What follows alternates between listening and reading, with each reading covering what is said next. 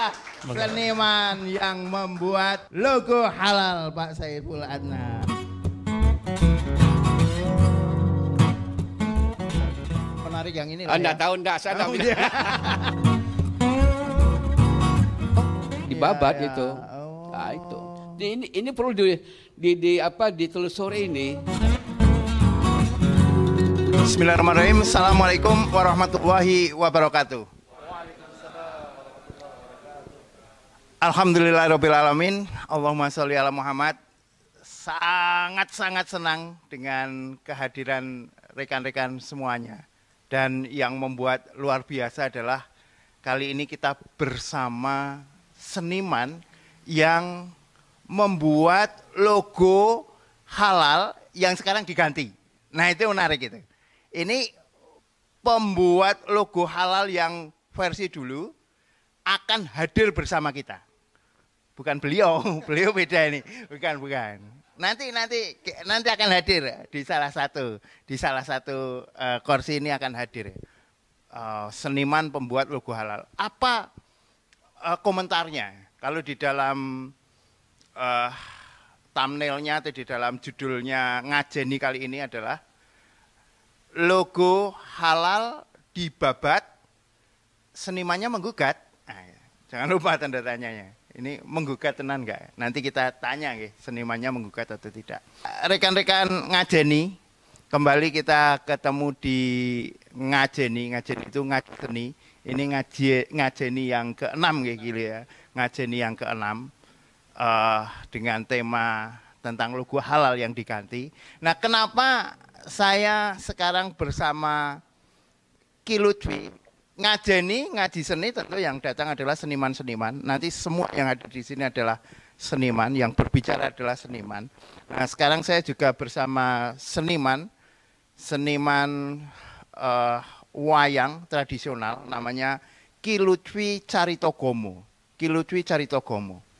Beliau ini membuat wayang, dalang, yang membuat wayang, yang memainkannya, dan uniknya adalah wayang yang dibuat semuanya adalah gunungan. Mengapa kita hadirkan dalam acara ini? Karena logo halal yang baru juga bentuknya gunungan. Ya, ini jadi menarik ini kan. Dan Ki Lutfi ini gunungannya pasti ada kaligrafinya. Nah, logo halal yang baru juga kaligrafi dan gunungan. Nah, gitu. Nah, pertanyaannya untuk Ki Lutfi, sudah membuat gunungan yang tulisannya halak belum? Halak mau halal ya? Monggo Ki. Ini yang kita tunjukkan dulu nggih, rekan-rekan ya. Ini karyanya Ki Lutfi, banyak sekali dan luar biasanya Ki Lutfi itu. Saya itu sering dikomentari. Hose iki nek pembicaraan meh ngomong ora sida. Meh ngomong ora sida dijaluk gitu. Saya sing sabar ya. Jadi pembicaranya nanti mohon sabar. Nah, uniknya hebatnya Ki Lutfi itu, karyanya sudah dikoleksi oleh Museum Nasional, Munas atau Museum Gajah. Itu pencapaian luar biasa untuk seniman. Seniman karyanya dikoleksi kolektor privat gitu biasa. Tapi begitu dikoleksi museum luar biasa. Nah, itulah Ki Lutfi. Yang dikoleksi kemarin ada halalnya enggak? Enggak ada. Belum yo. Oke, gimana Ki? Tentang tadi gunungan, kaligrafi, halal terus jenengan. Gimana? Wis dihubung-hubung ke silakan. Ya, saya kaget saja ini loh. Ada logo halal kok bentuknya gunungan ini. Tapi seneng berarti? Hah? Seneng. Iya toh, karena merasa saya ini seneng apa malah sedih? Ya, wong ini milik semua ya. Siapapun semua, boleh ya. Terus? Saya ini kan juga bukan yang pertama. Saya kan hanya juga melihat ada gunungan sebelumnya yang dalam wayang Purwo itu, yang dulu katanya dibuat oleh Sunan Kalijogo. Saya juga, oh ya udahlah gunungan gitu saja. Kalau sekarang logo halal seperti itu gunungan, ya sudah monggo itu gunungan universe ya, umum dan universal itu siapa yang make. Kalau gunungan universe, kalau gunungan untuk logo halal metaverse itu. Oh, bukan ya. Malah. Ya tergantung isiannya itu. Oh, gitu, Kalau gitu. di dalam wayang purwo kan itu banyak sekali metafor itu ya. Nah, kemudian kalau di situ ada halal ya sudah berarti itu untuk halal. Termasuk kalau sini ya beda lagi. Saya isi dengan yang lain gitu. Kalau Kilutwi ini semuanya adalah tokoh-tokoh Islam gitu ya. Ya tokoh-tokoh sahabat Nabi ini, sahabat Nabi. Saya ambil dari 60 sahabat Nabi bukunya Muhammad Khalid itu. Itu misalnya Abu Ayyub Al-Ansori itu. Abu Ayyub Al-Ansori. Oh, pantesan kabarnya aneh apa benteng Konstantinopel iya, gitu ya. ketika meninggal pengen di situ. Oke, saya kan kembali ke halalnya lagi Ki. Nek menurut Ki Lutfi gimana? Logo halal dengan gunungan selaku seniman pedalang yang spesial gunungan. Menurut Ki Lutfi gimana itu? Ya saya ada temennya gitu saja. Oh, gitu ya, ada temennya. Ada temennya. Berarti selama ini merasa nggak ada temennya gitu. Berarti aneh, setuju ya sih, Ki ya, seneng gitu ya dengan logo itu ya. Seneng gitu ya. Bobi ya Ki? Ya kalau dari sisi seni kan itu siapapun boleh kan itu ya. Terus kalau isi-isinya nyenira. Lu kepiye to? Ora wani ya. Oke, gimana Ki? Kalau menurut jenengan kan biasa ini bikin kaligrafi dibentuk gunungan dan itu kan khas kan bentuknya gunungan seperti ini. Kira-kira bentuk kaligrafi yang ada di logo halal untuk gunungan itu sudah pas belum Ki? Saya sendiri kan bukan ahli kaligrafi ya Pak. Ahli apa jadi ahli wayang itu ya, wayangnya. Ya itu hebatnya saja. ya, hebatnya seniman dalang itu ya bisa memerintah siapapun ya untuk membuat gitu ya. Iya gitu ya. Kalau itu kan saya lihat di penafsiran para kaligrafer itu kan juga macam-macam itu. Itu mau apakah halaka atau haram dan sebagainya itu. Tapi yang benar apa? Yang pembuatnya itu sendiri kok belum muncul itu ya. Oh gitu.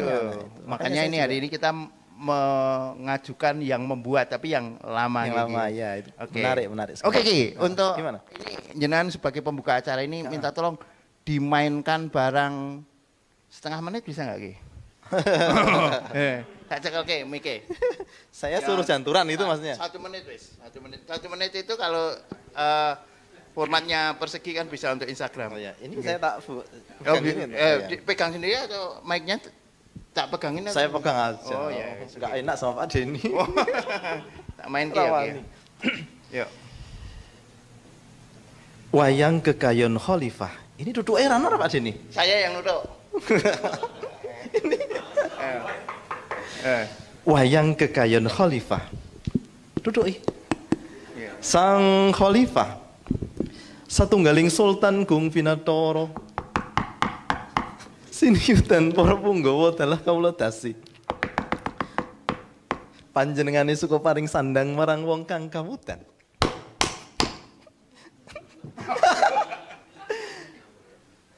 Malah kayak sini WA lho. Kayak sini WA. Iya. Enggak berani ngomong. Macan apa kucing ya lupa itu. Ya udah. Ya. Gitu nggih. Ya. Saya menanti Ki Lutfi merespon halal itu di wayang ini, entah itu respon positif atau negatif gitu, kira-kira berani nggak Ki? Atau kalau ada orang pesan halal di wayang gini, jenengan terima nggak Ki? Ya, saya sebenarnya enggak. Karena saya sibuk dengan ini sudah belum selesai. Wah, alasannya. Lagi pula itu kan juga bukan nggak hak milik ideologis saya. Ya Ki alasannya Ki? Itu kan bukan hak saya. Oh, saya mau wong itu aja yang buat belum muncul itu ya. Saya ya belum nembung itu aja. Kalau mau nembung ya nembung kepada siapa? Oke, rekan-rekan, itulah Ki Lutfi Carita Domo, Ki Lutfi Carita Gomo, dalang wayang Kegayon Khalifah. Deng. Baik rekan-rekan, sekarang kita ke apa? Yang ditunggu-tunggu. Nah, Ki Lutfi boleh bermain wayang karena ini kursinya nanti cuma jumlahnya terbatas nggih. Enggak apa-apa nggih, enggak apa-apa nggih. Nun sewu nggih. Tapi wayangnya tetap di sini ya. Tapi tadi namanya apa? Purwo, wayang Purwo. Yang tadi jenengan nyebutkan ini wayang Purwo gitu ya. Jenengan tapi sempat menyebutkan Purwo, wayang Purwo. Nah, karena Kilo Dwi menyebutkan wayang Purwo, ini ada Purwaceng ya. Nih, Purwaceng ini. Purwaceng ini dari Pak Sugeng, seniman lukis yang di Wonosobo yang ngajeni 5 kemarin kita ke sana. Ini untuk door prize nanti yang saya kehendaki, yang saya sukai akan mendapatkan Purwaceng gitu. Purwaceng ya, Purwaceng lah saya, Purwaceng gitu. Nanti khusus yang sudah dewasa tentu. Yang bisa dewasa bisa tidak, ada yang istimewa juga ini. Door prize-nya, Kopi Painting Explorer, rekan berkarya. Welcome to Painting Explorer Channel. Baik, matur nuwun sanget nggih, matur nuwun. Baik, rekan-rekan, sekarang saatnya ini menarik. Bagaimana respon seniman yang dulu membuat kaligrafi, membuat logo halal dari MUI, yang juga ada sertifikatnya, yang juga ada umurnya, katanya umurnya sampai 50 tahun. Nanti kita tanya, kita akan bertanya kepada beliau. Tetapi beliau, sang seniman yang membuat kaligrafi ini, tidak sendiri. Kita akan ngobrol dengan tokoh-tokoh yang pas, tokoh-tokoh yang istimewa, yang memiliki kapasitas untuk membahas hal ini. Yaitu pertama adalah seorang desainer dan konsultan branding. Ini pengalamannya banyak, baik di dalam maupun di luar negeri. Beliau wis nek kon gawe logo banyak sekali. Gawe kompetisi sering kali. Dan persoalan branding, beliaulah tempat bertanya orang-orang ini sampai ke berbagai kota. Inilah Pak Andika Dwi Catmiko. Masya Allah, Bapak, luar biasa ini. Beliau ini, wah, saking oke. Dulu alumnus ISI Yogyakarta, DKV, dan sekarang punya perusahaan namanya Syafaat. Macam-macam ya, dulu Markom apa, pokoknya tetap ono Syafaatnya lah ya. Jelas itu Syafaat kan. Usahanya apa? Branding, artinya konsultan branding ya. Konsultan. Kongkon usul-usul dan tanya-tanya. Wah, gitu ya. Nanti kita akan tanya ke beliau ini tentang nilai artistik dari logo itu, dan nilai branding dari logo yang diganti. Itu ke Pak Andika nanti. Nah, sekali lagi kita akan berbicara dengan seniman yang membuat logo halal yang sekarang diganti. Tetapi beliau tidak sendiri, beliau juga dengan seorang influencer dakwah, tidak sekedar influencer. Ini juga seniman, namanya aja ngaji seni. Yang datang semuanya seniman. Influencer dakwah yo aslinya seniman. S1-nya musik ISI Yogyakarta, S2-nya musik ISI Yogyakarta, pernah menerbitkan beberapa buku tentang musik dan menjadi pengkaji estetika. Inilah Doni Riu.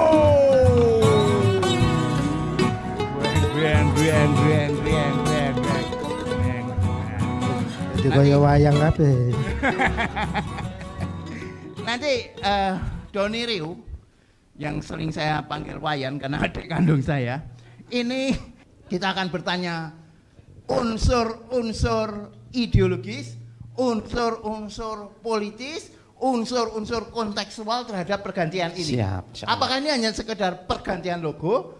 Apakah ini juga ada pergantian institusi yang membuat logo? Dan mengapa logo itu harus diganti? Dan mengapa wayang? Saya tidak tanyakan itu kepada Ki Lutfi, kasihan nanti Ki Lutfi bermain dewi kan gitu. Saya tanyakan ada influencer. Baik, untuk itu kita akhiri acara ini. Oh, iya, Maksudnya apa? Ya wis pamit saya. Udah ngobrol wong loro nang omah wae lah. Kakang Adi ya. Kita saja dengan Pak Saiful Adnan. Inilah seniman yang membuat logo halal Pak Saiful Adnan. Masya Allah, beliau seniman kaligrafer Indonesia yang sudah punya banyak sekali karya dan beliau terkenal sebagai pencipta hot, namanya Hot Saifuli. Kita akan simpan Pak Saiful Adnan di terakhir, tapi tolong jangan langsung di skip baru mendengarkan Pak Andika dan Wayan gitu ya. Oh jangan di skip nanti videonya. Baik rekan-rekan Hot maupun rekan-rekan Painting Explorer Channel maupun rekan-rekan yang di YouTube yang lain, di YouTube Doni Rio, nanti siapapun boleh mengupload ini ya. Oke. Tapi meskipun terakhir Pak Saiful Adnan, tapi saya pengen bertanya yang pertama juga tentang logo ini. Logo ini, mengapa ada tulisan halal di tubuh Pak Saiful? Kan biasanya gini nggih Pak, yang namanya logo halal itu kan ditempelkan di makanan ya. Berarti makanan itu halal, boleh dimakan, boleh dikonsumsi. Apakah dengan demikian? Oke. Orang garapi wong tua lho. Sian. Kualat. Saiki kanggo jenengan. Bagaimana logo itu? Logo yang sekarang ya tentu saja. Ya, karena logo yang lama saya nggak ada masalah. Bukan karena ada seniornya yang bikin, bukan, tetapi ini kan hubungannya sama regulasi. Apa itu maksudnya? Jadi Pak? begini, yang namanya brand itu kan bisa macam-macam ya. Satu, bisa brand itu berupa korporat, yang kedua bisa produk, bisa juga event, dan juga berbagai macam brand-brand yang pernah kita lihat termasuk sertifikasi. Sertifikasi termasuk ya? Juga ada logo, itu termasuk brand, bagian dari brand. Nah, kalau kita mengamati brand produk ya kayak apa misalnya Nike ya kan, Adidas dengan three stripes-nya, Nike dengan contrengnya. Mungkin kita masih punya kesempatan untuk menjelaskan karena waktunya cukup panjang. Ini maksudnya apa? Kenapa kok apel kok dicokot malah jadi larang ya kan, nek sing butuh ke orang. Nah, ini kan berarti ada waktu untuk jelasin maksudnya apa. Oh, ternyata pada saat itu siang-siang ya Steve Jobs itu lagi denger-denger gitu ketibanan apel, tuk, terus dipangan, terus apel kroa. Bedone dengan Newton ya. Nah, Newton kan ketibanan juga tapi ora kroa. Nah, atau kenapa kok ada namanya rokok bentul misalnya, ternyata pada saat bosnya itu cari wangsit di Gunung Kawi atau ketibanan bentul kan cuma gitu loh, dan itu membutuhkan waktu untuk jelasin. Nah, kalau sertifikasi ini beda. Bedanya Pak? Bedanya kalau misalnya ada dibungkus yang kecil gini, orang kan mesti cari logo halal kan, mesti namanya halal itu kan syariah ya. Dia harus terbaca sebagai syariah, ngaten nggih Pak Saiful Adnan. Jadi enggak boleh ada mispersepsi. Kok terus filosofis iku mene maca wae wis angel lho, cilik banget to. Terus maksudnya apa? Oh, belur nganggo kacamata kali. Wis plus. Nah, atau ada di tempat-tempat di restoran, di pintu resto itu kan dari kejauhan harus jelas. Sudah tahu. Kalau itu bentuknya gunungan, dikira nanti meh wayangan. Restorannya meh wayangan. Dikiranya Ki Lutfi. Malah repot toh. Loh, kok wayange Ki Lutfi ana nang kono. Enggak. Sebetulnya enggak ada masalah dengan gunungan, karena gunungan itu memang mencirikan tradisi Jawa. Tetapi pertanyaannya kalau itu melambangkan Indonesia, bagaimana dengan Batak? Bagaimana dengan Padang? Bagaimana dengan Papua yang punya tradisi juga? Bagaimana dengan unsur-unsur budaya yang lain. Kalau itu melambangkan Indonesia nggak bisa dong. Itu pasti nanti dari suku-suku yang lain akan menuntut, oh ini yang bikin brief pasti orang Jawa, nah, mesti wong Jawa, makanya orang nganggo gunungan itu. Jadi gunungan tidak bisa merepresentasi Indonesia sebetulnya. Oke. Kenapa? Pertanyaannya gini, kalau logo event kayak G20 itu juga pakai gunungan kan? Ya. Kenapa kok nggak diprotes? Karena itu event. Dan eventnya memang ada di Jakarta, Jogja dan Bali, Denpasar, nggak ada masalah. Karena memang representasi dari gunungan yang tadi disampaikan universe, sebuah tatanan yang semuanya ada di situ ya, harapannya ya bumi nanggono kuwi. Tapi kan ini kan identik dengan Jawa. Tapi kan juga nggak harus bulat juga, Pak. Ya. Gimana? Nggak harus bulat juga. Kalau bukan gunungan apa gitu? Ya yang lain lah gitu loh, bukan gunungan yang tidak merepresentasikan salah satu suku gitu. Toh juga itu kan halal. Halal itu kan berarti syariat, ngomongin syariat. Kalau ngomongin syariat ya berarti manut sama yang sang pemberi syariat. Jadi tulisannya harus jelas halal, tidak ada persepsi bahwa itu halaka atau malah artinya bisa ngeri sekali itu, kehancuran, merendahkan dan lain sebagainya. Atau ada yang membaca malah haram, malah gitu. Malah logo haram sisan malah haram apa? Tapi katanya logo itu nggak harus dibaca, Pak.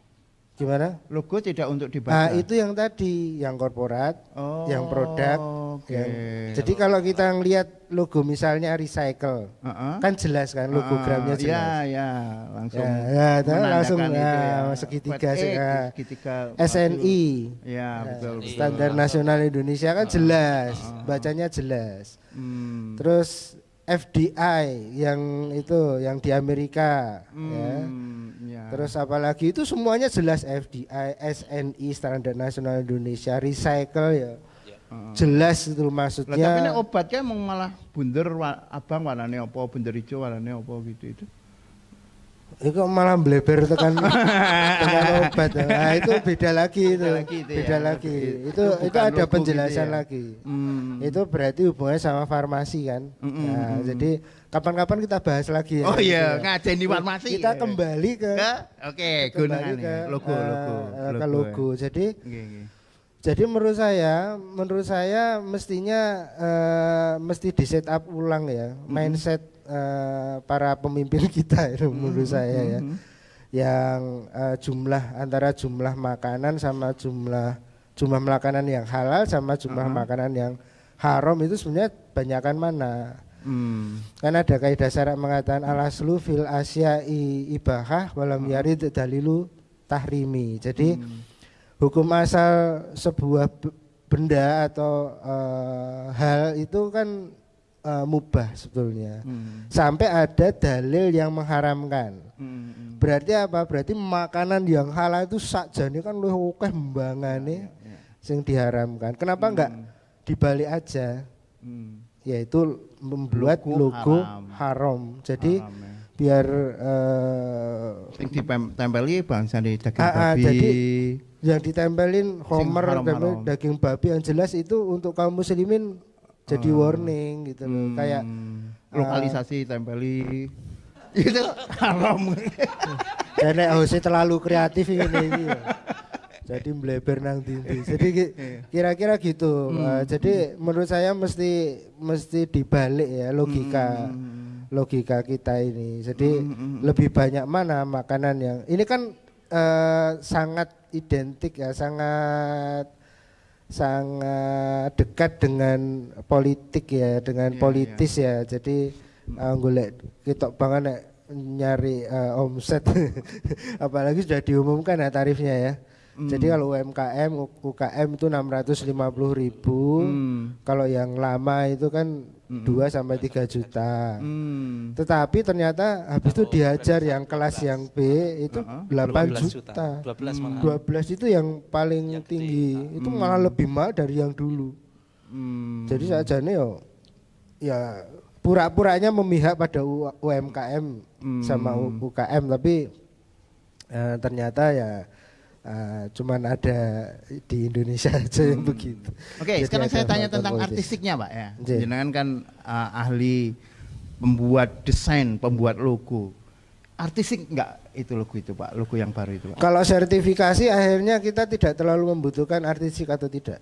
Tapi apa? kejelasan, lebih Kejelasan, ya? kejelasan orang mudah untuk mengenali dan mudah untuk memahami itu maksudnya apa? Karena Oke, berarti dia tampil sertifikasi kecil. itu Karena kan dia tampil sertifikasi ya. kecil. Iya. Berarti kita bandingkan dua-duanya ya, Pak ya. Untuk kejelasan jelas yang dulu. Iya, jelas. Yang dulu. Terus apa lagi kalau sertifikasi itu? Kalau ini enggak dibutuhkan enggak? Secara mudah. syari tingkat Heeh. keterbacaannya benar Rendah. ya yang dulu. Kalau yang sekarang kan menimbulkan syak wa syangka. Wah, oke.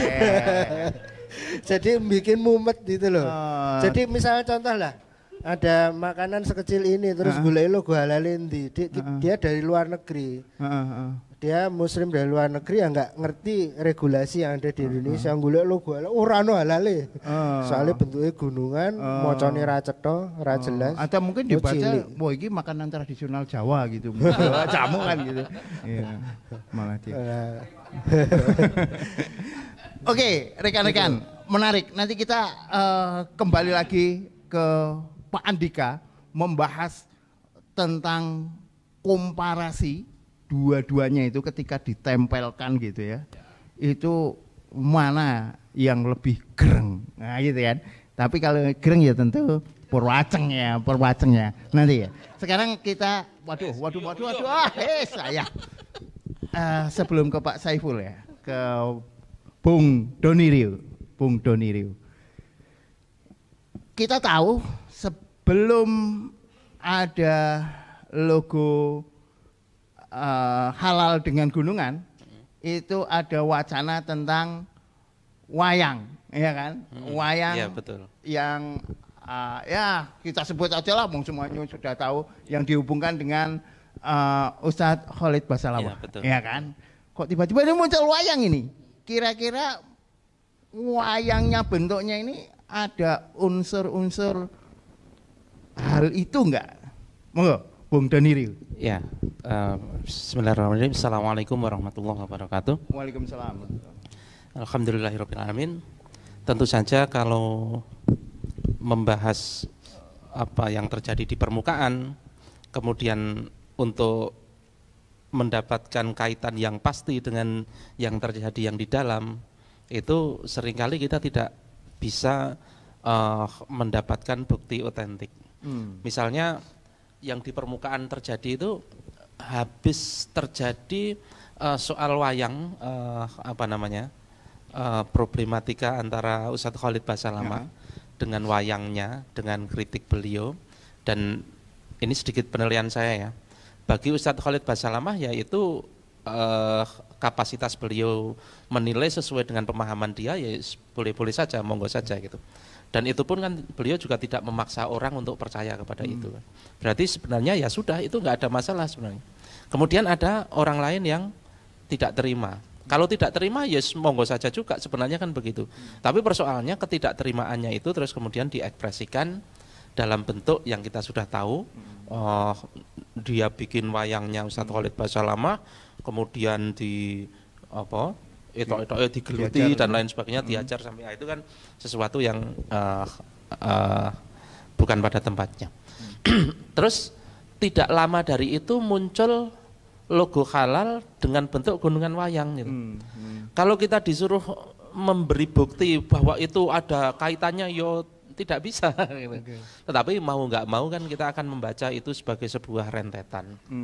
Sebagai sebuah rentetan peristiwa yang mau tidak mau kita langsung mengasosiasikan bahwa itu sebuah keterkaitan, kayak semacam kesengajaan, bahwa sebagai dalam tanda petik balasan itu ya, kemudian memunculkan gunungan wayang sekalian yang tidak sekedar gunungan wayang tetapi dalam konteks keislaman, yaitu apa, logo halal. Di luar itu ya, komentar di luar itu ya, saya menyambung yang disebutkan Pak Andika tadi, bahwa ada sebuah kaidah fikih, al aslu fil asyai al ibahah. Hukum asal dari sesuatu itu mubah. Hatta tadulu dalil tahrimiha, sampai datang sampai muncul dalil yang mengharamkannya. Jadi memang di dalam kaidah fikih Islam semua benda itu mubah. Mubah itu maksudnya halal. Selama tidak ada dalil yang mengharamkannya. Kalau kita melihat bagaimana Allah mengkomunikasikan kepada kita tentang barang-barang, tentang benda-benda, itu memang Allah mengkomunikasikan yang haram, bukan mengkomunikasikan yang halal. Ketika Allah berfirman mengharamkan sesuatu, itu yang difirmankan yang diharamkan, bukan yang dihalalkan. Kalau kita pikir secara logis, kalau semua benda yang halal itu harus disebutkan dalilnya, wah nanti tebal sekali untuk menyebutkan yang ini halalannya. Belum lagi nanti ada produk baru gitu Pak. Zaman Rasul belum ada, sekarang ada produk baru. Terus harus ada dalil halalnya, itu kan repot. Maka memang di dalam kaidah fikih di dalam Islam itu yang di mention, yang disebut itu bukan yang halal tetapi yang haram. Karena pada dasarnya semuanya itu halal kecuali nanti ada datang dalil yang mengharamkan. Bagaimana kalau kita pesan Pak Saiful Adnan logo haram? Ya itu bagus. Nah sebenarnya begini, ada yang lebih dalam dari sekedar itu. Ada yang lebih dalam dari sekedar itu, bahwa kenapa sih kok harus yang haram? Kenapa kok Pak Andika tadi usul logo haram saja, gitu kan? Nanti siapa tahu bisa dibuatkan ya Pak. Betul, logo haram. betul, Kenapa kok bukan itu. logo haram saja? Kok malah logo halal? Jadi begini, logo halal itu sebenarnya inisiatif siapa? Kita melompati kasus bahwa ini dulunya dari MUI, terus diambil alih oleh Kemenak, gitu ya. Dari MUI diambil alih Kemenak. Oke, sekarang kita abaikan itulah dari MUI Kemenak. Tetapi intinya bahwa logo halal ini sebenarnya inisiatif siapa? Kalau sampai ada produk, kemudian ada logo halalnya, itu inisiatifnya siapa? Inisiatifnya MUI atau Kemenak atau si pemilik produk. Faktanya kalau ada pendaftaran kan berarti tadi inisiatifnya si pemilik produk kan Pak. Si pemilik produk punya kepentingan bahwa produkku harus dilabeli halal. Maka dia datang untuk mendapatkan label halal dan di situ nanti ada duit segala macam gitu kan. Nah, itu kalau logo halal. Kalau logo halal. Sekarang kalau kita balik, yang kita munculkan logo haram. Kira-kira ada nggak pengusaha yang datang, Pak saya mau minta logo haram? Kan nggak mungkin kan? Itu nggak bisa jadi industri. Logo haram nggak bisa jadi industri. Tapi kalau logo halal jelas jadi industri. Jelas jadi industri. Jadi komoditas. Jadi komoditas. Meraih keuntungan. Oke. Berarti dari situ sudah Berarti jelas. Bukan yang produsennya, tadi kan juga yang produsen, tapi yang didaftari kan, yang didaftari. Iya. Iya, Ya, yang punya dulu. produk kan, yang punya produk mendaftarkan produknya untuk diberi label halal, kan begitu. Sekarang kalau label haram, berarti gini, kembali lagi ke label halal. Berarti label halal itu bukan inisiatif pemilik kebijakan, tapi inisiatif pemilik produk. Padahal harusnya yang memberi perlindungan itu pemilik kebijakan, bukan pemilik produk. Bentar, kok pemilik produk ya, saya ngerti ku nek kaya bakul gorengan, bakul tempe, ngono kae ya enggak pernah minta dicap halal ya. Ya memang mana ada mendoan dicap label halal kan nggak ada. Yang ada kan memang yang produk-produk yang industri muncul dari sebuah bisnis yang ada pabrikan kan gitu. Nggak ada penjual gorengan di labeli halal. Atau kan ada. malah sebenarnya itu kepentingan institusi dicap haram. Lah ya iya. Halal. Lah gitu. ya iya. Artinya kan ada institusi yang menjadikan itu sebagai komoditas, gitu kan? Menjadikan itu sebagai komoditas. Nah, sekarang kalau kita balik, kalau yang dibubuhkan itu label haram, itu kan nggak akan pernah jadi komoditas, oke? Nah, sekarang begini, kalau yang ditampilkan itu logo halal, maka kepentingannya pasti apa? Industri. Tapi kalau label haram, ini kepentingannya apa? Tanggung jawab institusi untuk melindungi warganya, kan begitu. Jadi memang harusnya institusi itu bukan soal ayo siapa yang butuh lagu halal tak kei duitnya semene tarik, kan enggak gitu. Tetapi kami ini sebagai penguasa, sebagai pemerintah, sebagai orang Pengayom. pihak yang mengayomi masyarakat itu melindungi masyarakat dari produk haram kan begitu. Betul. Nah, bahkan tidak sekedar melabeli label haram menurut saya. Kalau gini, sebelum itu ya. Kalau mau melabeli label haram itu kan artinya semua produk didaftarkan atau tidak didaftarkan, maka penguasa itu akan mengecek. Oke, ada produk baru. Oke, produk baru harus kalau mau dipasarkan harus lewat pengawasan. Lah pengawasan itu salah satunya haram atau halal gitu. Bukan masalah nek haram ditandai. Nah, harusnya kan begini. Harusnya sebagai pelindung itu tidak sekedar melabelkan logo halal atau logo haram, tetapi melindungi. Kalau haram nggak usah dijual, selesai perkara. Nggak usah pakai label-labelan. Pokoknya intinya kalau produk itu sudah beredar di masyarakat itu otomatis halal. Kalau penguasanya ini memang penguasa muslim yang peduli dengan halal haram, yang memang melindungi umat.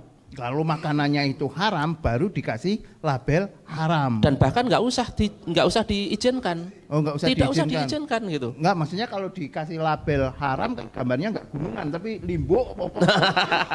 Gitu. Kalaupun itu mau beredar di kalangan yang membolehkannya, boleh-boleh saja. Misalnya ada non muslim jelas mengharamkan daging babi gitu kan.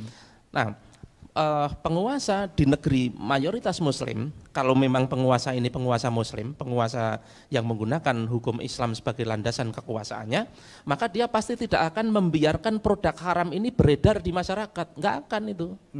Tidak usah soal label-labelan. Cuma kalau memang ada pihak-pihak tertentu, orang agama tertentu yang boleh makan ini, ya boleh monggo, tetapi tidak dijual bebas misalnya di supermarket, itu kan tidak seperti itu. Nah, ada jadi regulasi untuk distribusinya. ya ada regulasi Tadi khusus. katanya ada logo haram. Nah, makanya harusnya fungsinya itu penguasa itu bukan soal nempeli logo haram atau nempeli logo halal, tetapi memastikan bahwa semua produk yang beredar di masyarakat luas yang mayoritas muslim ini mau nggak mau harus halal. Nggak peduli si pemilik produk itu mendaftarkan atau tidak, pokoknya semua produk yang mau beredar harus lewat pengawasan dulu, kemudian dicek halal haramnya. Kalau halal terus beredar, kalau tidak boleh beredar atau boleh beredar di kalangan terbatas dengan label haram tadi. Nah, misalnya begitu. Oke, sekarang tentang institusi yang mengeluarkan. Kalau yang dulu MUI ya. Ya. Kalau yang sekarang Kemenak ya, kalau Ya, nggak salah. Kemenak. Nah, itu bagaimana menurut pandangan Bung Doni Riu Ya, terhadap pergantian ini? Ini bukan pandangan saya, tetapi di dalam struktur pemerintahan Islam yang seharusnya yang mengeluarkan itu justru misalnya ada itu ya industri yang mengurusi makanan. Industri yang mengurusi makanan, bukan Kemenak gitu. Karena kalau Kemenak itu sebenarnya nuwun sewu ya. Kemenak itu identik dengan negara sekuler. Kenapa? Karena begitu ada Kemenak, berarti yang urusan agama cuma yang di urusan bagian Kemenak. Sementara di sana ada Menteri Ekonomi, berarti ekonominya bukan masalah agama dong, kan gitu. Nanti ada masalah sosial, ada Kementerian Sosial, berarti urusan sosial bukan masalah agama dong. Ada urusan politik luar negeri, hubungan internasional, berarti hubungan internasional nggak urusan agama dong, kan gitu. Maka kalau di dalam sistem pemerintahan Islam itu justru nggak ada departemen agama itu nggak ada, karena semuanya agama. Ya, Ekonomi yo agama, perindustrian yo agama lah. Katakanlah ini perindustrian makanan, berarti itu memang kewajibannya perindustrian makanan yang di bawah negara memang.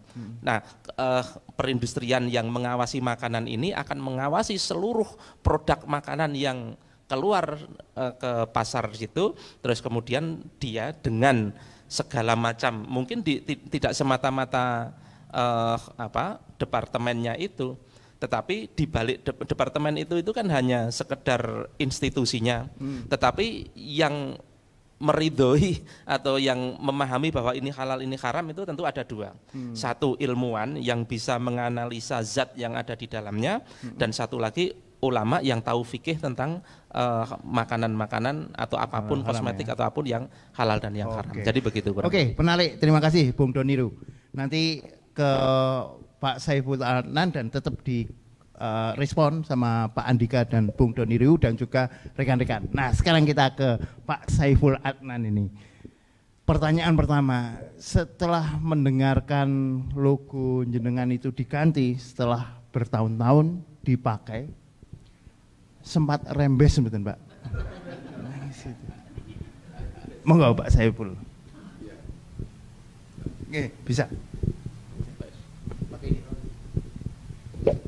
Sampai hidup. Tes.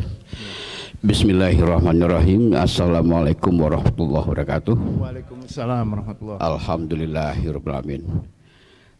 Puji syukur Allah SWT pada malam yang berbahagia ini saya mendapat kehormatan dari rekan-rekan kita komunitas Hot. Hot Jejaring ya, Seniman ya Muslim jejaring Hot. seniman muslim Hot gitu. Ya semacam ini Mas Denny, ada hikmah yang saya terima dengan kemunculan logo Kemenak yang cukup memberikan pernik-pernik dinamika dalam kesenirupan di Indonesia gitu. Dan alhamdulillah kebetulan saya tahun 1985 diberi amanah oleh pimpinan MUI waktu itu Kiai Haji Hasan Basri, yang dari Kalimantan Selatan itu. Tolong Pak Saiful dibikinkan sebuah logo resmi MUI dengan tulisan Majelis Ulama Indonesia. Jadi itu kaligrafi, itu gaya kufi gitu ya. Saya ekspresikan dengan gaya bulat, itu mengekspresikan Mas Andika itu persatuan ya, kesatuan sila ketiga dari Pancasila begitu. Dengan gaya kufi, memang kufi yang saya ekspresikan itu sudah gaya kaligrafi kufi sebetulnya Maghribi, tapi sudah masuk unsur kufinya Saifuli begitu. Mungkin iya dengan karakter yang begitu lugas, tajam dinamis gitu, garisnya begitu. Itu mengekspresikan kita harus istiqomah, tegas, memberikan suatu penilaian antara hak dan batil begitu ya. Sebetulnya awal-awalnya Mas ini itu logo murni MUI tanpa ada halal gitu. Tahu-tahu kok nyun sewu tahun 2008 kalau salah itu. Bisa ada dokumen tadi Mas Agus nyun sewu. Tolong ditayangkan. Saya jadi kaget juga itu sebelum muncul logo gaya yang gunungan yang tempo hari Kemenak itu, dan maaf sampai sekarang tuh belum muncul tuh desainernya siapa gitu. Itu yang saya tanda tanya, penuh misteri gitu, siapa gitu orangnya. Itu gaya kaligrafi. Ini kalau ini apa ini Pak? Ini Mas Denny, ini semacam ini plakat medianya Kuningan begitu ya. Ini waktu itu kenang-kenangan dari Majelis Ulama Indonesia. Waktu itu musyawarah nasionalnya. Ini juga Pak Saiful kan yang membuatkan. Betul. Majelis. Ini kaligrafi kufi. Itu murni itu. Ini logo MUI saat itu. Iya. Oke. Jadi sebelum ada logo halal. Belum. Ini ya? murni yang begini. Jadi tambahan halal itu dari Yayasan MUI itu yang ini ya. Iya. Ini saya modifikasi lagi yang untuk merespon logo yang Kemenak gitu ya. Jadi saya tambah tulisan di tengah halal begitu dengan tetap gaya kufi. Jadi tulisan yang melingkar nih Mas Andika tuh Majelis Ulama Indonesia. Ini dulu tanpa ada tulisan halal gitu. Belum ada. Jadi itu memang desain awalnya murni sebagai logo resmi MUI Indonesia. Tahu-tahu 2 bulan Agustus 2008 malah ditambah dengan tulisan halal begitu. 2008. Sebentar, ini tahun berapa Pak? Tadi Pak? Ini 1985 ya, 85. Berarti 23 tahun. 23 tahun ya. Setelah itu. Tanpa konsultasi, tanpa ada komunikasi dengan saya sebagai desainer awalnya. Penambahan halalnya. Iya, itu mestinya secara etika itu tidak halal ya Pak? Tidak halal. Ya, itu dibabat. Jadi judulnya luar biasa itu Mas Denny ini. Apa tadi? Logo logo halal Dibabat. dibabat, senimannya menggugat. Tapi tanya loh, Tanda tanya tanya. loh. Ini makanya ini Saya belum sedang- tentu menggugat loh. Ini saya pengen jenengan menggugat biar tanda tanyanya hilang. Tapi insya Allah mungkin endingnya nanti ada ke sana gitu. Oh gitu. Oke. Ya mungkin oke. nanti kita indikan mungkin tim advokasi Muslim mungkin ya untuk menelusuri ini. Oke. Ini Mas Denny. Nggih, nggih. Ini Agustus 2008 begitu ya. Heeh. Di Mas Andika tuh malah dari kampus IPB Bogor itu. Ya. Yang anehnya penciptanya kosong. Maaf, langsung disebutkan Yayasan Halal MUI gitu. Mestinya disebutkan siapa yang desainernya. Nah itu. Oh gitu. Itu hak cipta berarti diinikan, dihilangkan. Makanya, sekarang harusnya Dibabat itu, dibabat Iya, itu. oh. Nah itu. Ini perlu ditelusuri ini kok bisa muncul begini gitu ya.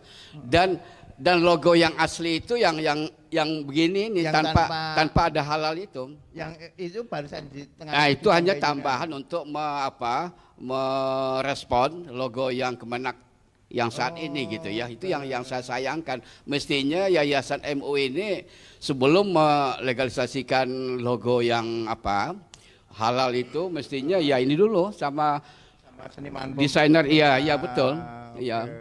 Mungkin- Makanya ini juga undangan untuk seniman. Ya ini istilahnya punya hak jawab ya. Seniman yang membuat logo halal sekarang boleh menghubungi dan ngajeni ke selanjutnya, ngajeni 7 bisa hadir ya. Bisa hadir di sini, kita nanti ngobrol juga dengan lebih bagus. seniman yang membuat halal ini. Jadi kita tidak sekedar cuma gelendeng ya. Kita tidak senang gelendeng. Monggo kalau ada seniman pembuat logo halal yang sekarang mau menerangkan dan kita hadirkan dengan proposisi yang sama. Nanti ada Pak Andika juga untuk langsung Kalau memberitahu. berani loh ya. Iya. Kalau nggak berani Ini ya. sedang ditantang ini ya. Tapi sampai sekarang belum muncul ya. Belum muncul ya. Sosoknya siapa gitu, desainer gitu. Kayaknya itu siapa itu? seorang yang bisa Dan korel secara kaidah kaligrafi itu kaligrafi Kofi yang mau saya tanya. Muharabah kan ya Mas Lutfi ya. Kaligrafi yang banyak sekarang berkembang di Turki memang itu sedang tren gitu. Kaligrafi yang geometris gitu. Tapi kesannya dipaksakan gitu secara estetika ya. Dengan gunungan malah ada Pak Quraisy bilang ini halako gitu. Kalau Ustaz Sirajuddin sendiri memang tuh betul katanya. Ya itu bapaknya kaligrafi Indonesia itu Sirajuddin sahabat kami. Betul katanya. Tapi secara kaidah, secara estetika memang nampaknya apa yang diekspresikan dengan gaya gunungan itu memang saya kira kesannya dipaksakan gitu. Enggak menarik ya Pak ya. Iya, Masih menarik yang ini lah. Anda tahu enggak? Saya enggak bilang. Maaf, saya enggak bilang yang menarik enggak. Tapi ini saya total. Ya. Ekspresi individual total nih Mas Andika. Prosesnya cukup lama Mas Lutfi. Iya. Saya waktu itu alumni ASRI tahun 82. Sebelum pameran ke Arab Saudi bersama Pak Pirus, Sadali, Pak Amri gitu ya. Saya diberi amanah gitu. Ya cukup ini juga. Tapi yang jelas saya minta sama Ketua MUI Pak Kiai Haji Hasan Basri, mohon Bapak tuliskan yang secara tekstual gitu ya. Majelis Ulama Indonesia berupa huruf Arab. Ini saya ekspresin dengan gaya Kufinya Saifuli gitu.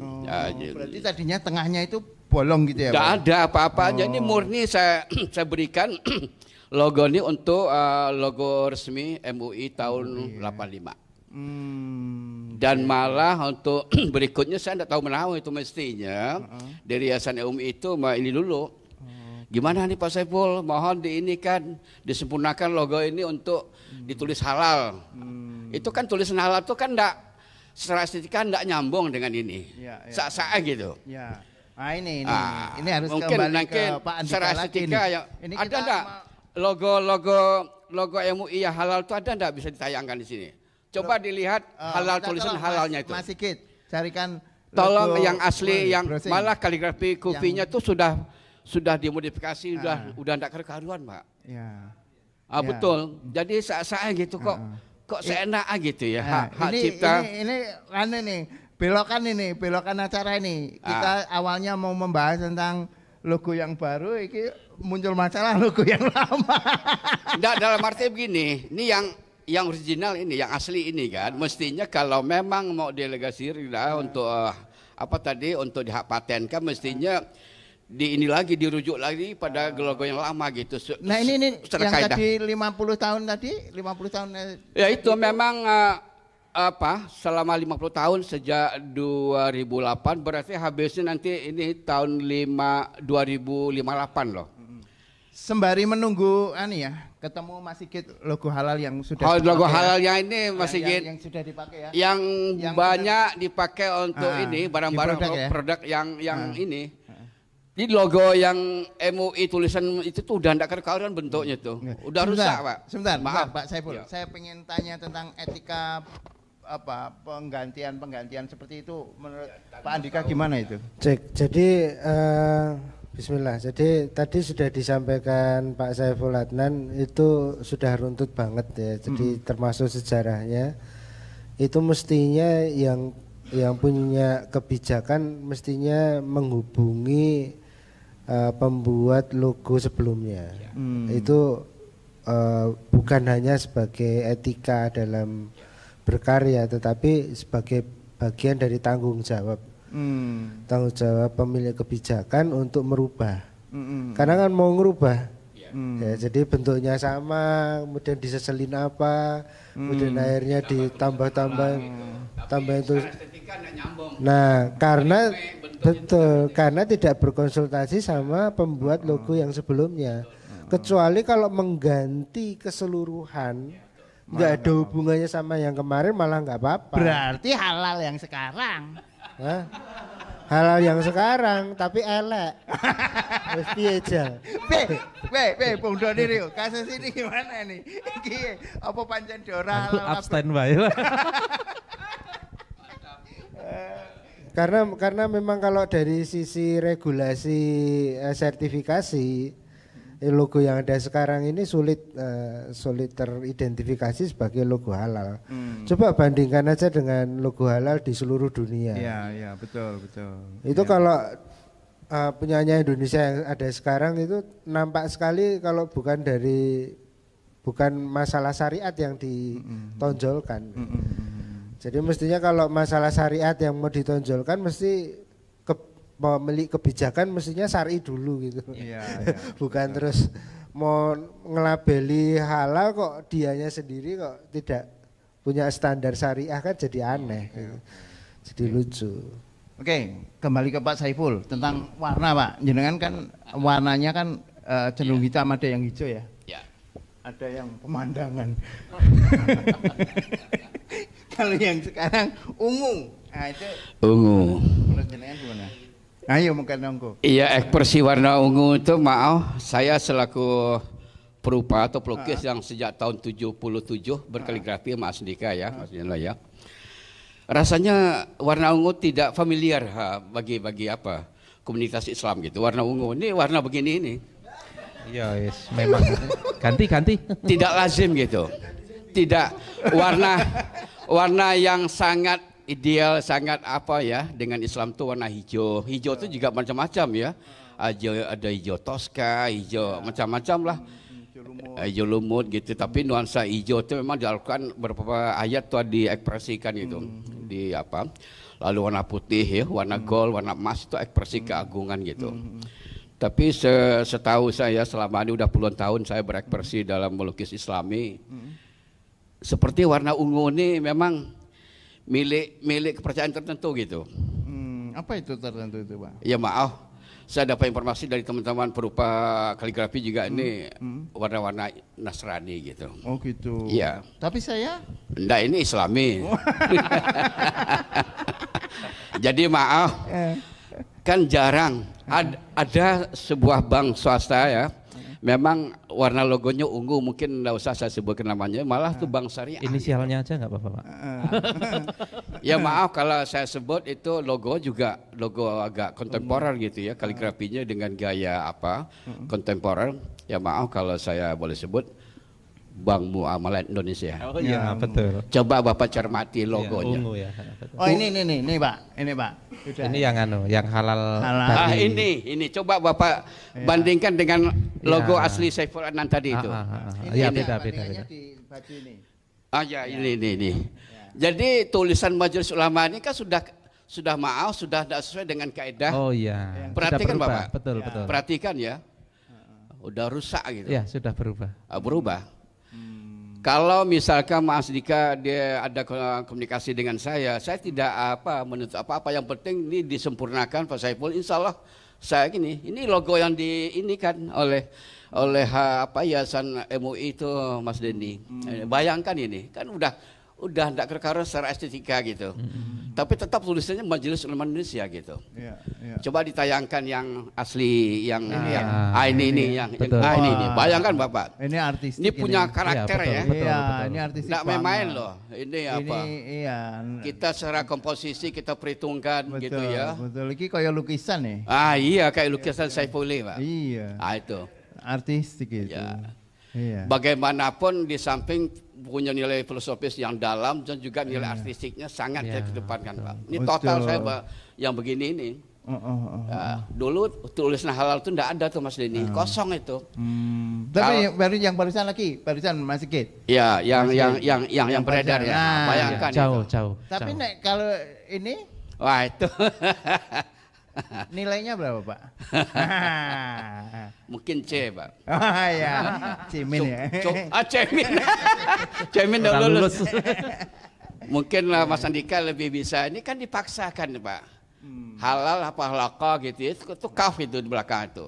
Saya tidak berani walaupun saya Mas Andika diberi pertama oleh Pak Sirajuddin selaku Bapak Kaligrafi Indonesia. Gaya kaligrafi Saiful itu gaya Saifuli, tapi saya tidak berani mendeformasi kaligrafi begitu ini ya.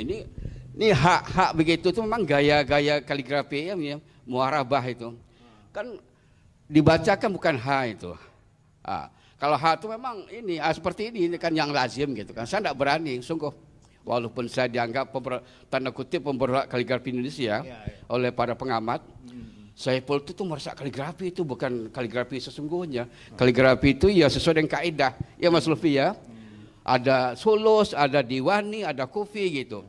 Saya di luar yang 7 itu Pak. Dianggap saya ini tanda kutip pemberontak kaligrafi Indonesia gitu. Apalagi ini bentuk negatifnya itu ya. Maksudnya yang putih itu juga memang secara komposisional. Apalagi warna ungunya tadi itu. Iya. Saya pernah dengar, pernah membaca ya.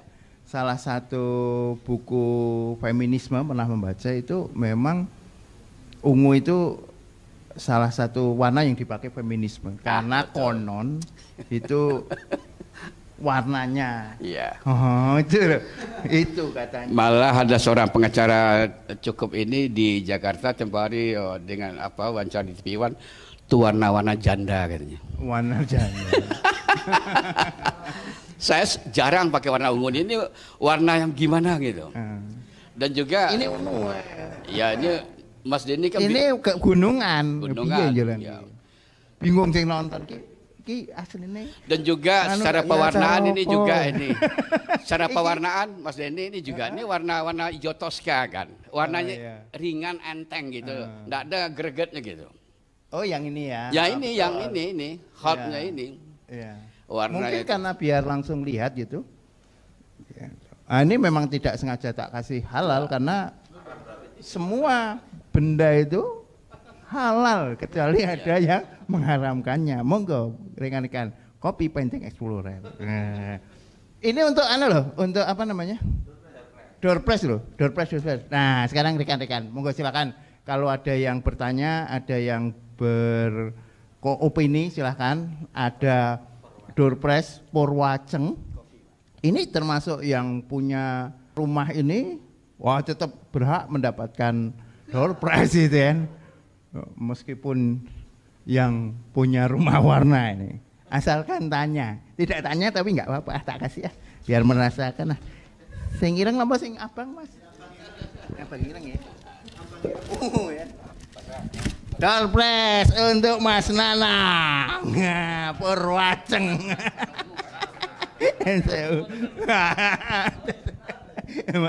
Malam Jumat bener. Monggo, silakan rekan-rekan jika ada komentar, jika ada pertanyaan. Ini ada juga Bung Agus Bakul, seorang kaligrafer kontemporer gitu, yang lukisannya sampai kemana-mana. Kalau menurut Bung Agus Bakul piye iki? Lukisan apa logo kaligrafi yang halal ini gimana, Bung? Piye menurut sampean? Kene Bung, lungguh kene Bung. Bertiga ora apa-apa kene. Kene. Ben asik ya. Ben asik. Yang ben kita anu kameramennya kok ora dimainke ya gede-gede iki. Sini aja. Piye Bung? Menurut sampean gimana selaku seniman lukis kontemporer kaligrafi? Assalamualaikum warahmatullahi wabarakatuh. Waalaikumsalam warahmatullahi wabarakatuh. Sebelumnya saya mau tanya dulu sama Pak. Ditanya lagi ya. Takon. Enggak ini Purwaceng. Takon. Itu Pak tadi Saiful ya enggak. Jenengan umurnya berapa, Pak? 65. Masih kuat, Pak? Masih kuat. Pertanyaan yang kurang ajar tuh. Apalagi ini malam kuat. Malam berkah. Silakan. ini logo ini Majelis Ulama Indonesia sama yang tadi karangan asli Pak Saiful itu kalau dibaca ada perbedaannya nggak Pak? Kan Indonesia atau gimana? Iya, terima kasih Mas Agus. Sebetulnya secara tekstual ya, tidak ada perubahan. Majelis Ulama Indonesia memang ini asli dari MUI Mas Agus. Ya. Hanya secara ekspresi estetikanya ya, ya jauh berbeda gitu dah. Tetap secara teksnya tekstual sama, persis, tidak ada berubahnya, sama. Apa Indonesia wagu banget. Iya wagu gitu. Ini dah. berarti Pak Saiful ini 2 kali dibabat ya berarti. Babat iki karo babat kuwi ya. Heeh. Babatan. Kok malah babat sing iki, takon babat sing kuwi. Piye nek sing iki piye? Nek warna ya maaf saja ini nek saya itu kok seliranya ungu soalnya saya ini. Jadi saya nggak mau bikin pertentangan nih ya. Feminis. Karena masalah hati ya ini. Hati ya. Jadi nggak tahu ya saya itu paling seneng kalau dalam lukisan saya itu kalau diamat-amati lukisan saya pasti ada banyak ungunya. Iya. Saya itu nggak tahu subjektif ya. Ya makanya itu Subjektif. perasaan. Ya, Jadi tetapi inilah nanti Bung Doni itu bisa menerangkan tentang Hadroh Madaniyah ya tentang ungu itu. Iya. Jadi saya nggak ada maksud mau menentang tadi Pak Saiful karena itu mungkin ada di apa namanya indikasi warna selain warna agama Islam atau itu bukan. Saya juga tahu ada beberapa di ayat suci Al-Quran itu memang hijau dan sebagainya itu secara objektif saya ya yang sekarang yang logo sekarang itu dari warnanya saya memang senang. Di luar dari penjelasan Pak Andika yang susah di ini karena sudah ada logo yang seperti itu. Kalau masalah bentuk saya juga senang sebetulnya. Bentuknya senang di luar ini Jawa atau apa-apa. Cuman kalau yang masalah pembacaan saya tidak tahu. Bukan ilmu saya. Itu lam di apa namanya pakem di ilmu apa namanya kaligrafi. Kufi itu saya tidak tahu cara di masalah wilayah itu saya pernah pakai ngelukis kanggo kufi ya? Saya belum pernah, Pakainya pakai naski. Pengembangan naski solusi. Saya kira ya. seperti itu. Ya memang warnanya saya senang kalau. Warnanya senang. Apalagi kalau ada warna kuningnya itu. Umpamanya digabung antara ungu dengan kuning, kemudian ada warna ungu muda sedikit, kemudian ada kuning muda sedikit. Wah, jadi tumpuk-tumpuk. Jadi ide lukisan. Dan ada mungkin Pak Dani kalau sering di sejarah bahwa pembuatan warna ungu itu di dalam zaman kerajaan di Eropa itu warna yang paling mahal zaman dulu. Sampai sekarang pun kalau biasanya cat yang ada serinya gitu ungu termasuk yang mahal kan Pak? Itu pembuatannya dulu katanya warna-warna kerajaan memang. Mungkin bisa jadi ada hubungannya dengan itu apa warna-warna kerajaan Eropa Nasrani mungkin. Oke, sekarang Oke. Hal apa Madaniyah? Kita sudah di Hadroh. Musik iya. ono di hubungannya karo Madaniyah Hadroh dijawab. Ya, baik. Di dalam kesenian, seni rupa terutama, itu ada nilai-nilai tekstual, ada nilai-nilai kontekstual. Ada, kalau istilahnya Denny Junaidi di dalam buku Estetika Jalinan Subjek, Objek dan Nilai, itu ada nilai dependen, ada nilai independen, kan begitu. Nilai dependen itu nilai yang bergantung pada sebuah peradaban, ada nilai independen, nilai yang merdeka, yang tidak bergantung pada peradaban apapun. Nah, nilai independen itu misalnya di dalam seni rupa ya tentang garis, tentang warna termasuk. Yang kalau dalam istilah saya sendiri mungkin Mas Denny kurang sepakat juga. Kalau dalam istilah saya yang tekstual, unsur-unsur tekstualnya. Jadi ada unsur-unsur tekstual yang itu seringkali itu independen, tidak tergantung dengan sebuah peradaban. Kemudian soal komposisi, soal center of interest misalnya, dan itu juga termasuk yang nilai-nilai yang independen. Independen tidak bergantung pada peradaban apapun. Artinya begini, kalau sebuah lukisan ataupun kaligrafi itu secara komposisi itu bagus, itu ya nilainya universal. Orang beragama apapun, orang berideologi apapun akan sepakat bahwa itu komposisinya bagus, secara garis, secara warna dan lain sebagainya. Itu yang disebut nilai independen. Tetapi kemudian nanti ada nilai dependen, nilai yang bergantung pada peradaban-peradaban tertentu. Orang-orang sering tidak mengakui bahwa di dalam sebuah karya seni itu ada nilai dependennya, seringkali tidak mengakui. Seolah-olah seni itu benar-benar terbebas, seolah-olah independen, seolah-olah tidak berkait dengan peradaban apapun, padahal terkait itu, mau nggak mau terkait. Dan kalau kita ngomong nilai-nilai kontekstual dari sebuah karya itu ya pasti terkait dengan peradaban gitu. Nah, nanti di dalam nilai-nilai yang dependen bergantung pada peradaban tertentu, inilah nanti yang ada hadorohnya, ada nilai-nilai peradabannya. Ada nilai peradaban, kalau ngomong ideologi ya nanti ada nilai peradaban kapitalis, ada nilai peradaban sosialis, ada nilai peradaban Islam. Kalau ngomong agama ya nanti ada nilai peradaban Kristen, nilai peradaban Hindu dan lain sebagainya. Nah, tinggal nanti kita lihat apakah unsur yang disebut itu memang adalah sebuah peradaban, sebuah nilai peradaban. Misalnya warna. Warna itu sebenarnya termasuk independen, termasuk teks, atau termasuk peradaban, atau termasuk hadoroh. Seringkali kita harus benar-benar cermat ketika memahami itu. Misalnya begini, di dalam hal musik dulu ya, karena saya backgroundnya musik. Kalau katakanlah kalau kita ngomong Islam, musik Islam itu terus tangga nadanya apa?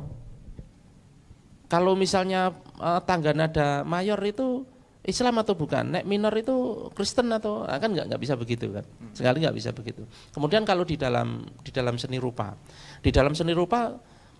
warna itu sebenarnya merah itu Islam atau bukan, hijau itu Islam atau bukan.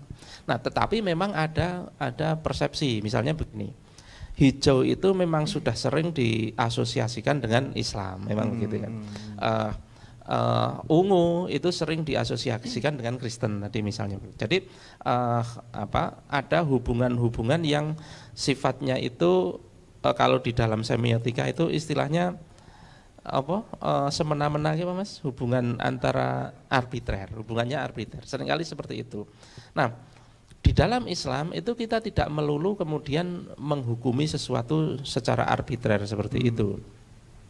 Misalnya warna ungu itu sebenarnya boleh nggak sih digunakan oleh umat Islam kan gitu kan? Akhirnya jatuhnya kan seperti itu. Haram atau halal sih sebenarnya warna ungu kan begitu kan? Nah itu nanti kita membahasnya pada tataran fikih. Nah kalau tataran fikih berarti nanti harus ada dalil yang mengharamkan warna ungu kan begitu.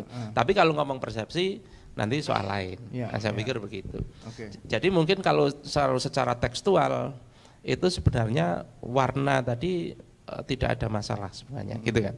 Tetapi kalau memang ada persepsi-persepsi tertentu, ya itu sah-sah saja. Toh persepsi itu memang mau nggak mau muncul. Nah, tapi bagaimana dengan rentetan-rentetan itu ya, dari ada masalah wayang, terus kemudian gunungan, terus yang dulunya hijau, terus jadi ungu, terus bentuknya biasa, terus jadi kufi seperti itu. Itu kira-kira rentetan-rentetan seperti itu bisa menjadi sesuatu yang dibaca dan dimunculkan dalam logo enggak, tahu Pak Andika? Cek, yang dimaksud rentetan itu? Rentetan-rentetan itu ya misalnya ya, yang tadinya hijau jadi ungu, yang tadinya bulat jadi gunungan. Gunungan pun ada rentetan dengan persoalan sebelumnya ada polemik tentang wayang. Nah, itu ungunya itu terus jadi bisa dimaknai sebagai sesuatu enggak? Saya rasa ini kayak seperti hegemoni brief namanya ya. Brief itu adalah pengambil kebijakan untuk memberikan penjelasan kepada sang desainer. Misalnya karena ada satu problem politik yang barangkali ada di tengah-tengah masyarakat, kemudian dia pengen melakukan sesuatu, ada opini lain ya, kemudian akhirnya seseorang yang punya kebijakan itu membuat brief. Contoh membuat brief itu backgroundnya apa, latar belakangnya apa, mandatorinya apa, ya. Terus kamu harus bikin logo dengan unsur gunungan, nah, misalnya gitu. Warnanya ungu. Terus harus menggunakan warna ungu. Kamu tidak boleh melakukan ini itu dan kamu iya, aku harus bayangke sing iki desainernya ning nggon Corel sing kuwi ngene kan. Salah. Kowe gunungan itu. Ungu. Nah, ini tergantung yang membuat brief itu yang nyalah-nyalah di belakang desainer itu. Jadi yang tadinya itu barangkali ungu itu karakternya universal, hijau juga universal milik semua agama kan. Akhirnya jadi sangat subjektif terhadap orang yang membuat kebijakan brief itu. Nah, saya kok curiga itu ada semacam itu, sehingga ada pesanan yang membuat desainernya sendiri sampai sekarang nggak berani muncul. Kalau Pak Saiful ketika membuat yang dulu di bawah todongan senjata nggak Pak? Saat itu Pak? Insyaallah. Jadi terus terang tuh logo yang asli tahun 85 itu maksudnya itu total atau ekspresi individual Saiful Adnan itu. Hanya secara tekstual diberi tulisan itu Majelis Indonesia dengan gaya Kufi Saifuli. Masalah warna kembali ke ekspresi saya sebagai seorang muslim yang kafah gitu ya. Jadi semua warna itu universal. Tapi saya punya persepsi yang begitu dalam ya. Warna hijau itu sering diungkapkan di ayat Al-Quran gitu. Warna hijau, warna putih gitu. Bahkan nuansa sorga itu tuh warna hijau dengan perbedani yang gimana. Lalu sutra yang hijau gitu ya. Dan seterusnya begitu. Lalu warna emas ya, gold gitu. Itu warna-warna keagungan gitu. Itu persepsi saya. Jadi tidak tanpa ada ini. Dikotomi harus warna ini enggak gitu. Itu betul-betul ekspresi individual seorang Saiful Adnan begitu. Oke, baik. Rekan-rekan untuk membantu suatu ekspresi silahkan yang mau menambah makanan silahkan, nggak apa-apa, ambil aja, ambil dinikmati sambil tanya. Ada Purwajeng. Purwajengnya wes. Oke. Monggo, di sini banyak sekali seniman karena memang Ajen itu seniman-seniman, ada yang seniman penuh makna, penuh simbol, Pak Sugeng, alhamdulillah. Ada juga seniman surrealis, Pak Teguh. Nah, sekarang monggo silakan teman-teman kalau ada yang merespon, kalau tidak ada yang merespon, saya juga akan merespon. karena saya merespon, maka saya mendapatkan Purwaceng 1.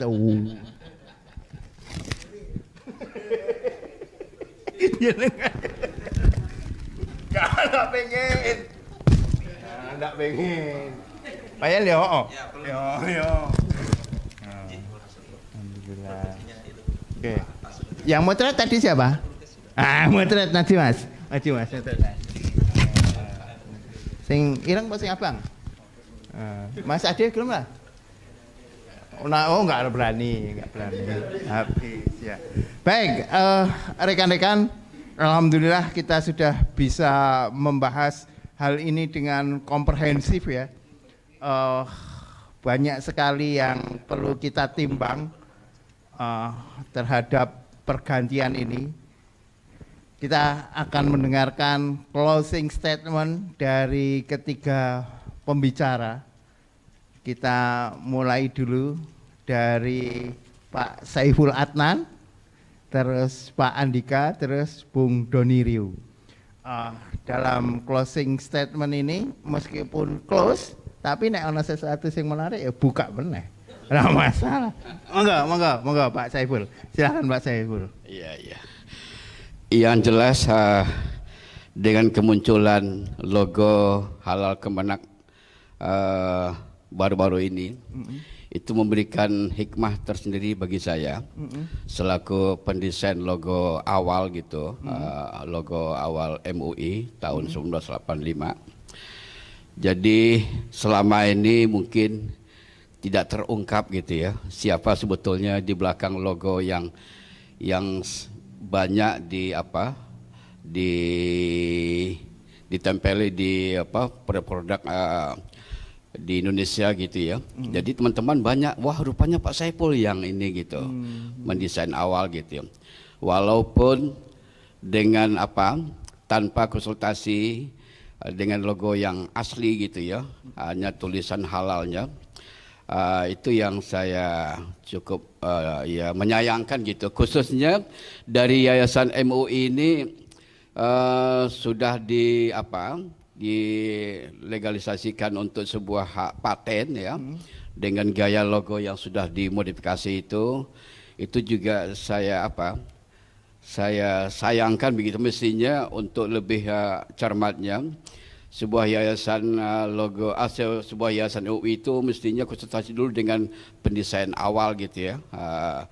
Itu yang saya sayangkan. Semestinya untuk lebih baiknya itu perlu ditelusuri lebih jauh gitu ya. Mungkin kalau memang ada wacana dari tim advokasi Muslim Indonesia gitu ya, untuk bisa menelusuri bagaimana prosesnya kok bisa logo itu muncul tanpa ditulis penciptanya atau desainernya gitu. Saya kira begitu. Itu sekedar masukan dari saya selaku yang pembuat atau desain awal dari logo MUI. Terima kasih. Seperti yang disebutkan Bung Bakul tadi, Pak Saiful Adnan 2 kali dibabat maka akan mendapatkan 2 kali door prize. Nah, yang satu adalah kopi Painting Explorer.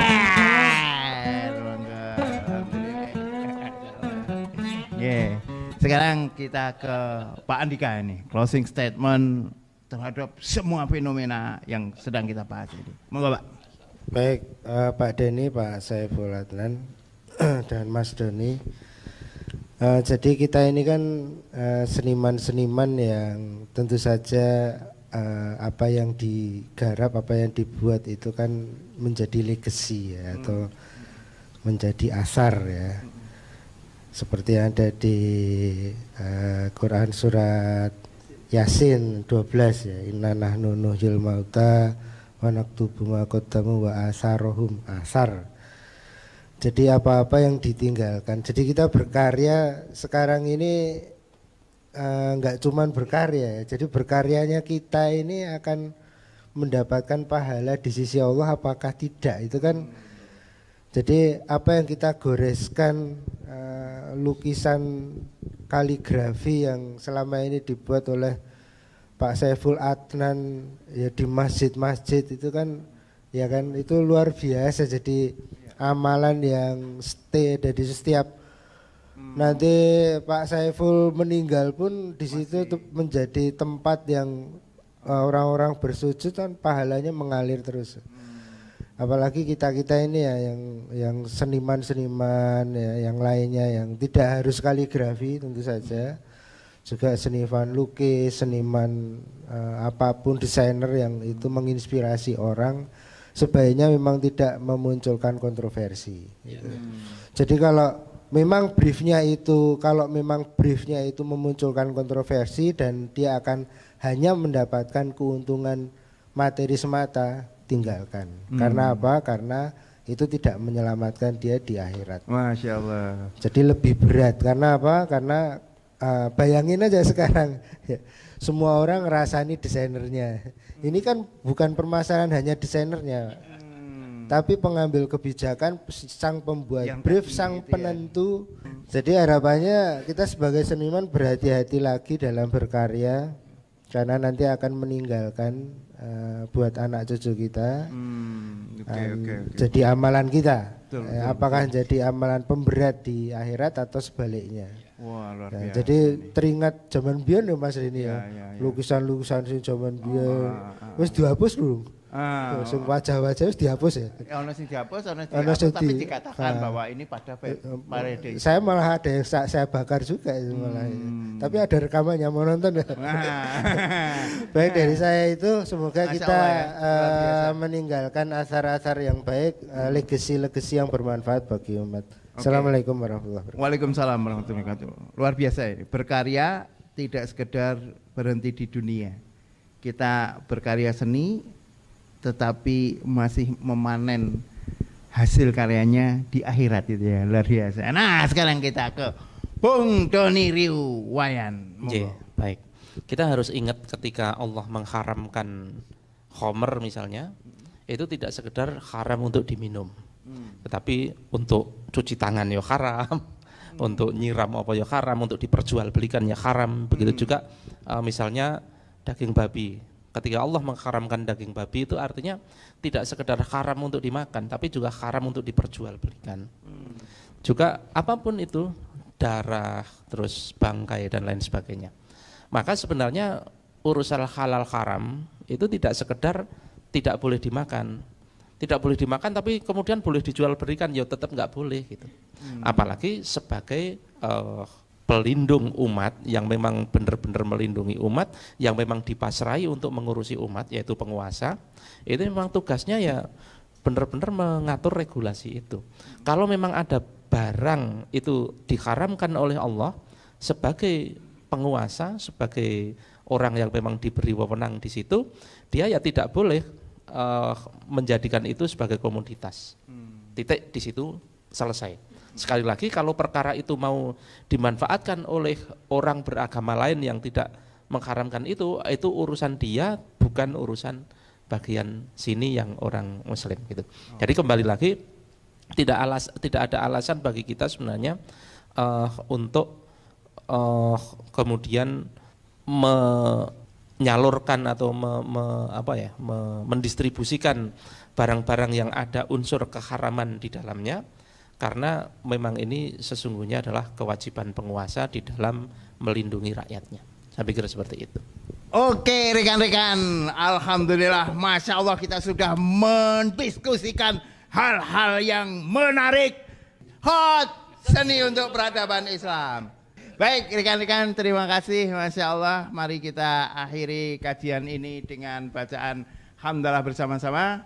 Alhamdulillahirabbil alamin. Kita akhiri juga dengan doa penutup majelis. Subhanakallahumma rabbana wa bihamdika asyhadu an la ilaha illa anta astaghfiruka wa atubu ilaik. Assalamualaikum warahmatullahi wabarakatuh.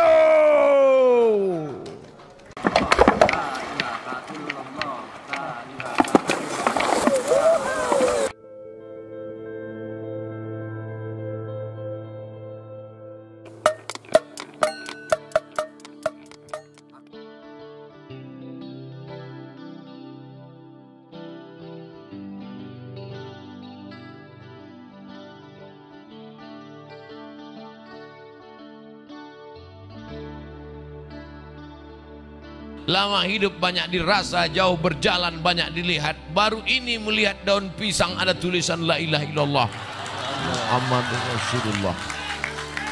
Apa filosofi maknanya?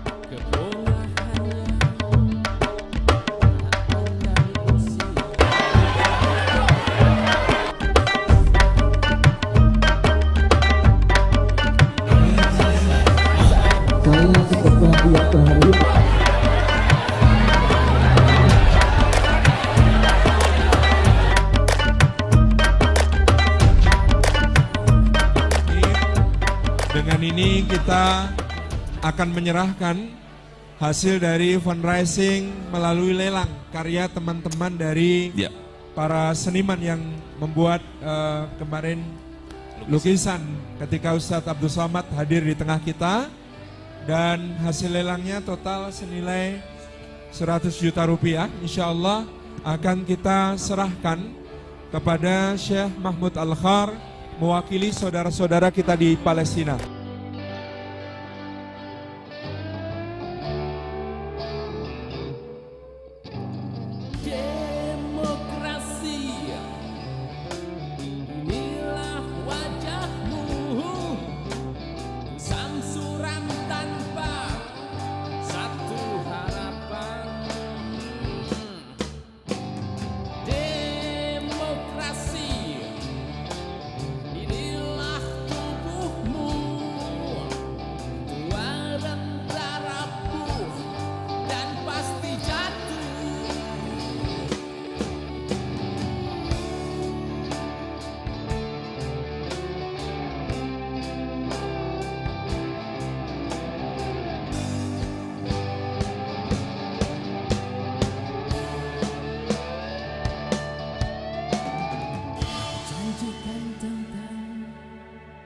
Semua kekayaan, tapi kau penuhi dengan kemiskinan. Kau janjikan